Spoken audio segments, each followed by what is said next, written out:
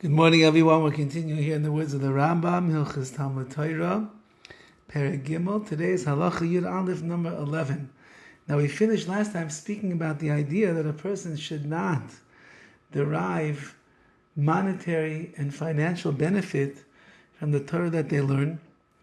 Rather, there should be learning and there should be working, and we discussed how it is then that you could have a kollel where people are in fact getting paid for the learning that they do, and we said that that is their umnus, that is their job, that is their profession, that is what they dedicate their lives to, so they can become the great Talmidei Chachamim that they are striving to be.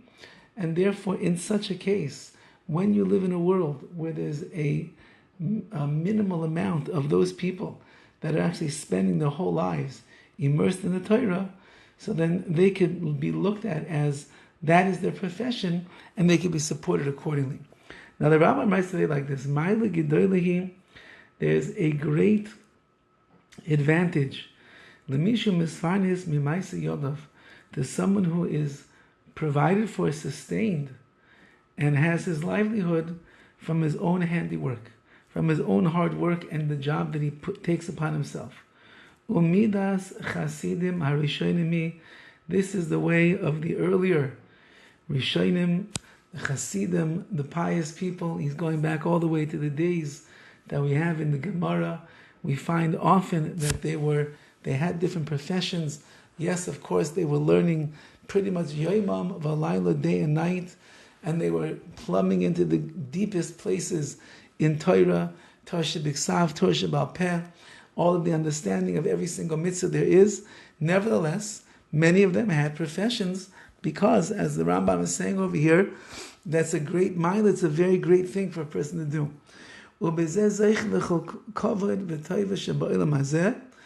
if a person learns hard and works hard, or works as hard as they need to be able to provide for themselves and their family, so then they will have all of the honor and the goodness in this world, and in the world to come as well.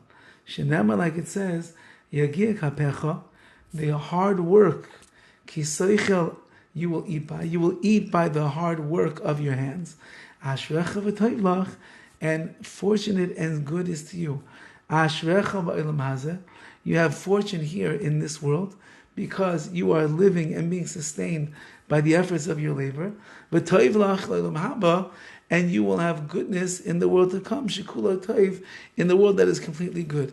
Since that you did not rely upon handouts and tzedakah and the like, since that you did not use your Torah as a vehicle to bring yourself money, rather you found a way to provide for yourself and for your family, maybe in the minimal way. That's all that you need, that's all that you care about. As we'll see in the Rambam coming up next, you're able to live in a very simple way, and it's the hard work that you put in, that's what pays the bills.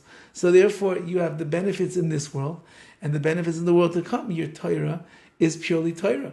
And therefore it could be that it's on the highest level of learning, which means that it will gain you the greatest and reap you the biggest rewards in the world to come.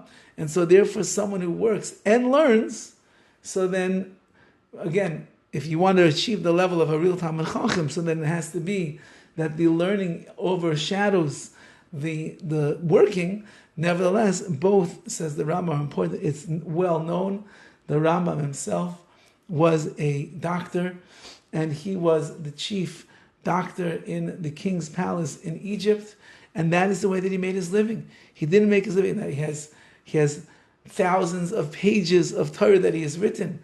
And it could be after his death, those that produce the words of the Rambam, so they are living off the writings of the Rambam. They're getting parnasim, but the Rambam, I'm not sure, made a penny of all of his teachings and all of everything that he wrote. This is really afterwards, when with the printing and the like, that you're able to make so much, that there could be so much sales from one's svarim. Before that, it wasn't. Before that, he was a doctor, and many others.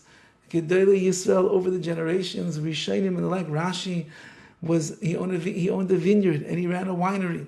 That's what Rashi had. He was busy with the grapes and he was busy seeing when to plant and everything. Of course, that was the minimal amount that he had to put in. He put in.